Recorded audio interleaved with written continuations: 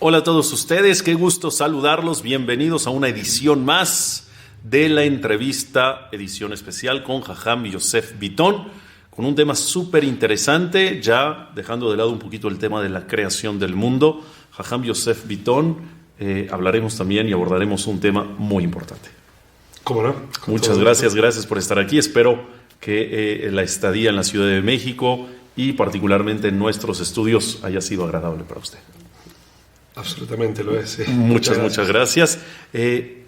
Pensamos en lo siguiente, Jajam, a ver qué opina.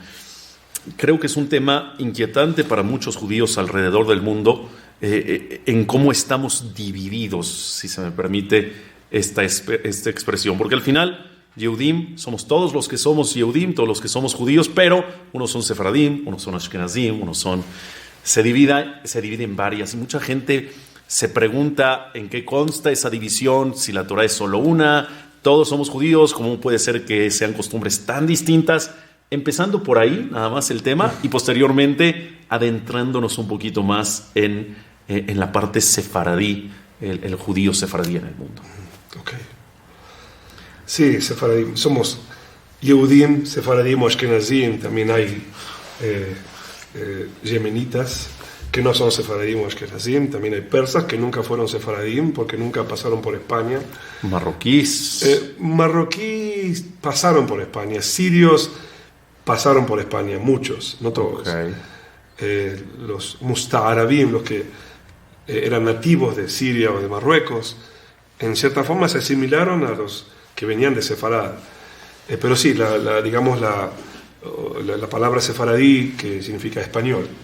Entonces quiere decir que pasaron por lo menos por España en algún momento de su historia. Sí. A eso se les considera sefaradí. Digamos, por ejemplo, los judíos de Siria, ¿no? Hasta el año 1500 eran todos nativos, que habían estado de Babel o de Eretz Israel, eran parte del Galut. A partir del año 1500 empiezan a llegar refugiados sefaradíes de la expulsión de España en 1492. No llegan enseguida, a veces tardan décadas en llegar. Y en Siria se instalan y tienen muchísima influencia. Entonces, de hecho, los musta'arabim, los Yehudim nativos de Siria, comienzan a adoptar las costumbres sefaradín. Sí, hay una costumbre halabi muy interesante, que es que se prende una vela adicional en Hanukkah, no sé si la escuchaste. Correcto. Y yo escuché que Sirios de Alepo. Sirios de Alepo, sí. Y eso tiene que ver con que celebraban el mes de haber llegado de España a Halab. Increíble, el milagro, y lo asocian al milagro de Hanukkah, es decir, exacto, encendiendo una vela más. Sí, porque no era fácil salir de allí, no tomabas un avión ni un barco, y habían piratas y te asaltaban y se abusaban, y quizás llegaban uno de cada 5. Pues literal era un milagro. Sí, hay un rab, por ejemplo, el rab Ishak Karo, que era el tío de Marán, que él salió con 7 familiares con su esposa, con sus hijos, y llegó solamente 2. Salió de Siria y llega a España. No, sale de España. Sale de España y llegó a Turquía con 2. Wow. Es decir, y así era en todos los casos, que la travesía, los refugiados españoles, era muy difícil, no tenían dónde ir. Increíble. Era algo muy difícil. Bueno, por eso era un NES. Pero así se formó la dispersión, digamos, sefaradí en Marruecos, en Siria, en muchos lugares más. Increíble. Y dígame una cosa, sé que tiene un libro dentro de su haber. Hay muchos libros y uno de ellos es Gigantes, ¿cómo se llama? Se llama Forgotten Giants, Gigantes olvidados. Haciendo alusión a los gigantes sefaradín. Sí. Rabinos, me imagino. Jajamim sefaradín. Jajamim sefaradín. Cuéntenos un poquito qué lo motivó a escribir este libro, porque me imagino, y así lo siento, desmiéntame si no, es un apasionado del tema, del mundo sefaradí, de la historia sefaradí, pero más allá de qué lo llevó a escribir, ¿cuáles fueron los objetivos por los cuales quiso escribir este libro, Los Gigantes Olvidados? Yo creo que el título lo dice, que es la frustración de que estos Anakim, que estos realmente gigantes no sean conocidos. Okay. Y, o sea, yo he leído sobre ellos, en muchos casos he leído sus libros también. Hay una cuestión técnica también que me permitió a mí escribir este libro, que se llama Hebrew Books. Okay. Hebrew Books es un nuevo, tendrá unos 20 años, es un sitio de internet que tiene más de 50.000 libros antiguos que ahora están online. Okay. Entonces, al tener eso, uno tiene acceso a libros que antes claro, no existían. No había manera. Sí, no había manera. Entonces ahí empezó a descubrir muchas cosas, me imagino. Es difícil descubrir ahí. Yo, la verdad es que a mí siempre me gustó leer, y cuando estaba en Israel visitaba mucho le llaman la Biblioteca Nacional de Israel, okay, la Sifrei Leumit. Y allí, una vez que estaba como en un recreo de mi lectura, fui al archivo que está abajo y empecé a curiosar algunos libros, y encontré un libro rojo que decía Biblioteca Judeo-Española de Meyer Kaiserling. Entonces abro el libro y encuentro ahí, el primero que abrí, me acuerdo porque esa imagen no se borra de mí, era Rav Moshe Díaz y todos los libros que escribió. Voy a otra página más, Rav Isaac Cardoso, Las excelencias y calumnias de los hebreos. Y empiezo a ver Rav David Nieto. Entonces empiezo a ver libros de Jajamín sefaradí en español. Qué increíble. En español. Y digo, ¿cómo? ¿Dónde están? ¿Dónde están estos libros? Y ese libro registra como, no sé, cientos o más, quizás más de 1000 libros escritos por Jajamín en español, no ladino, en español. En español, tal cual. Un español de Cervantes, digamos, de la época de Cervantes, del siglo XVI. Entonces empecé a entrar un poquito más en la historia de estos Jajamín, que de España fueron a Portugal, de Portugal pasaron a Venecia, de Venecia fueron en el final del siglo XVI a Ámsterdam, y allí comenzaron como al final del siglo XVI se permite la libertad de culto, en Ámsterdam empezaron a vivir su judaísmo abiertamente, volvieron después de un siglo, volvieron de nuevo, y ahí empiezan a escribir también sobre Torah, libros maravillosos, Ben Israel. Durante todo el siglo XVII hay cientos o más libros y manuscritos escritos en español y en portugués de mano de estos Jajamín. Y esos libros nadie los conoce. Entonces, bueno, en la Sifrei Leumit los tienen todavía, ¿no? Y yo me acuerdo que no se podían fotocopiar, y se podía hacer microfilm, pero era muy caro. Okay. Y no, yo no tenía plata para hacer microfilm. Entonces yo pasé horas copiando los libros. Wow. Y bueno, yo desarrollé un amor muy grande, una pasión muy grande por estos libros. Y también por los Jajamim Sefaradim, que digo, wow, esto nunca lo aprendí. Increíble. Y así fue como un poquito nació su idea de escribir este libro de Gigantes Olvidados. Sí. Y los llama gigantes porque su sabiduría, lo que dejaron, lo que transmitieron, su forma de ser. Es decir, el mundo judío sefaradí deja un legado muy importante hasta nuestra generación, ¿correcto? Sí, importantísimo, muy, muy relevante. Más relevante que nunca, quizás. Fíjate solamente, si tú tomas el ejemplo de lo que te dije recién en Ámsterdam, ¿no? Estos Jajamim escribían para otros Yehudim, que eran, digamos, otros judíos que venían de los marranos, de los anusim, de los conversos por la fuerza en España, pero que eran muy educados, eran profesionales, médicos, y no sabían nada de Torah. Entonces, en cierta manera, escriben la Torah con mucha autenticidad para estos, digamos, descendientes de Yehudim, que no saben nada de Torah. Que Entonces, vivían bajo la ignorancia. bajo la ignorancia. Entonces es como una obra de Kerub lo que ellos hicieron. Increíble. Y Y explican, era su intención, quiero entender, de ellos. De ellos, claro. Era la intención acercarlos y transmitirles lo que no sabían. Lo que no sabían y en un contexto muy, muy cristiano, ¿no? Entonces, yo creo que todo lo que explican en esos libros es algo tan relevante para el día de hoy, porque ellos transmiten la Torah de una forma muy inteligente, muy inteligente. Y si están ahí hay que rescatarlos. Entonces yo, como hobby, he empezado a escribir en mi Alajá of the Day, que es un email que yo tengo. Empecé en inglés, luego hice en español. Que llega a muchas partes del mundo. Llega a muchas partes del mundo, Baruch Hashem. Empecé en inglés para mi comunidad y ya tengo como 10.000 lectores en inglés. Y después, cuando falleció mi papá, Zichrono Libraja, en el 2014 empecé a hacerlo en español también en su honor. Y ya tengo más de 30.000 suscriptores, lectores. Y uno de los temas a los que más me dedico es a Jajamim Sefaradim. Estudio sobre ellos, leo sus libros. Y, por ejemplo, en mi libro Forgotten Giants empiezan con Rabbi Yitzhak Campantón. Y no es solamente lo que escribieron, que es fabuloso. Por ejemplo, Rabbi Yitzhak Campantón escribió un libro sobre cómo estudiar Gemara. Cómo es el Talmud. El estilo sefaradí del estudiar estudio del Gemara. Talmud. Sí, del Talmud.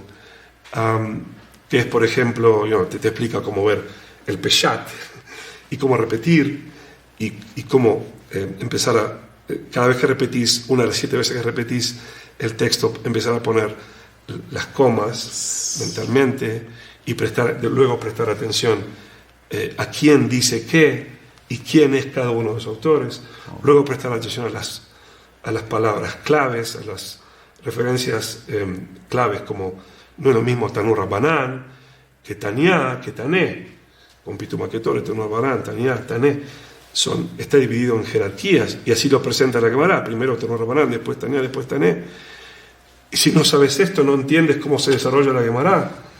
Y tener a Maimónides como a Rambam como el mejor comentarista de la Gemara. Okay. Todos esos son hidushim enormes, que no deberían ser hidushim, pero lo son, porque los hemos olvidado. Y que quiero entender que si existe un estilo, o por lo menos se plasmó un estilo de cómo un sefardí debe estudiar, me imagino que existen otros estilos de cómo estudiar la Gemara que no son sefardí, llamémosle así. Sí, es el más convencional, que es Rashid Tosafot.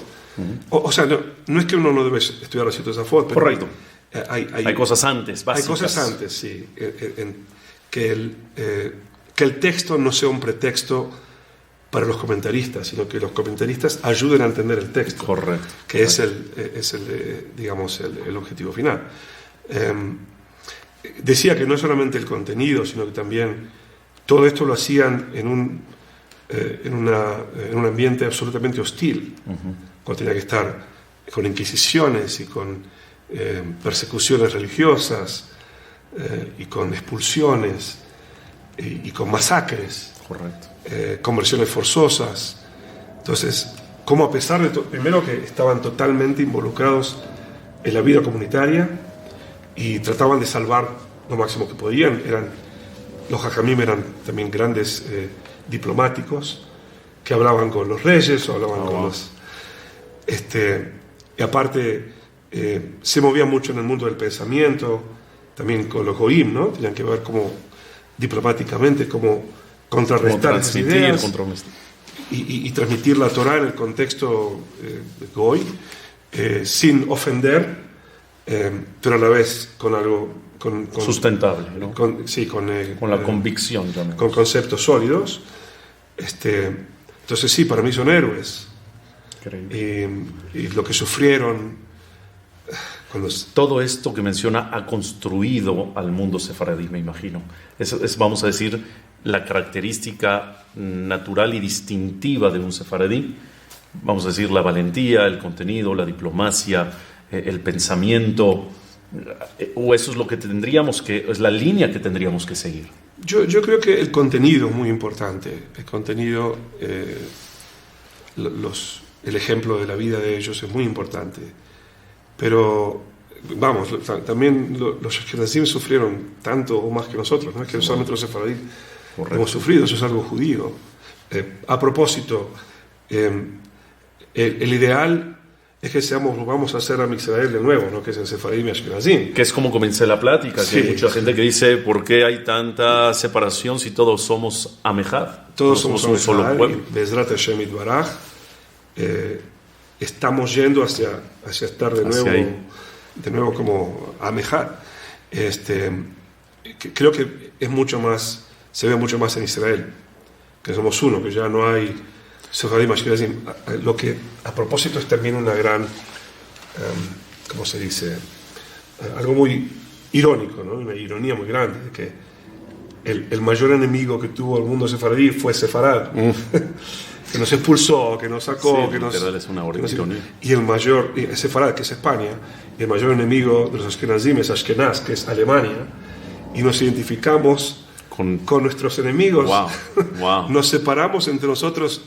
Es como si dijéramos irónicamente, a mí me destruyó España, soy sefaradí, ¿y a ti quién? Alemania, soy ashkenazí.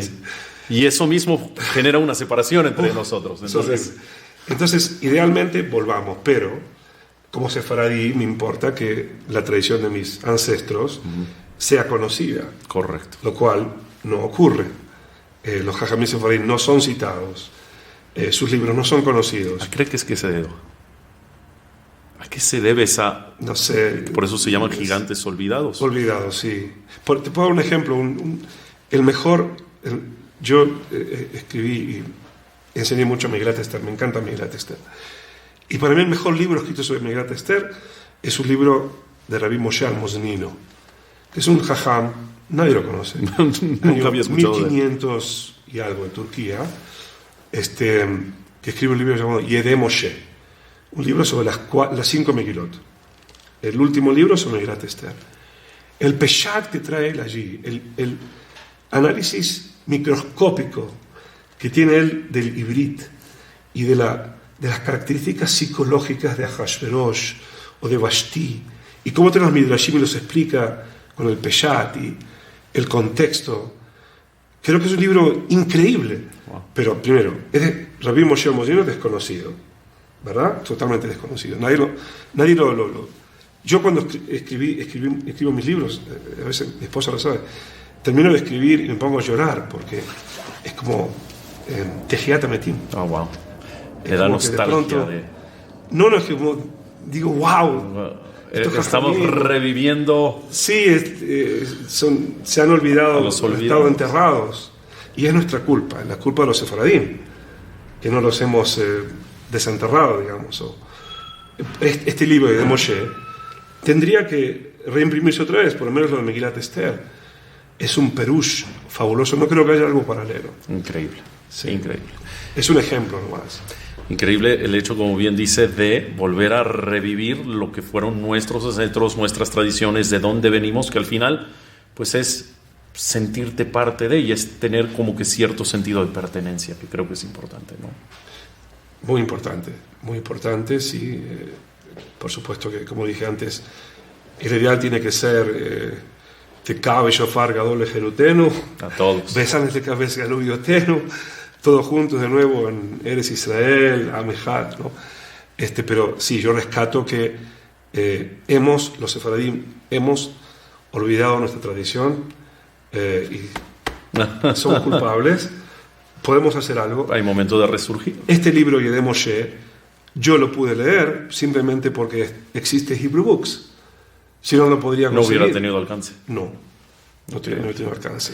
Y sí siente usted que la manera de estudiar, de analizar todo lo que quiera profundizar sobre temas de la Torah, tiene un gran abanico, llamémoslo así, en el mundo sefaradí para hacerlo, que a lo mejor mucha gente cree que a lo mejor no tanto, ¿no? Puede ser. Otro libro, Merejet Mahasher, lo vimos en Jefetz, también olvidado. No sé, fue impreso alguna vez, pero no en la modernidad.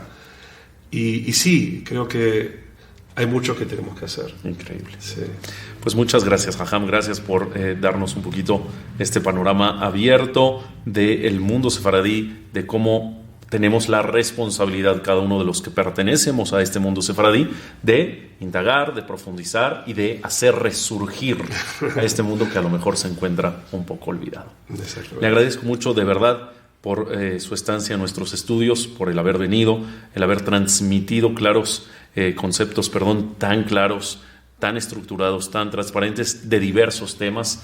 Hemos estado aquí para realizar una serie de entrevistas, un servidor a título personal, la audiencia en general que nos escucha y nos ve, le agradece del fondo del corazón.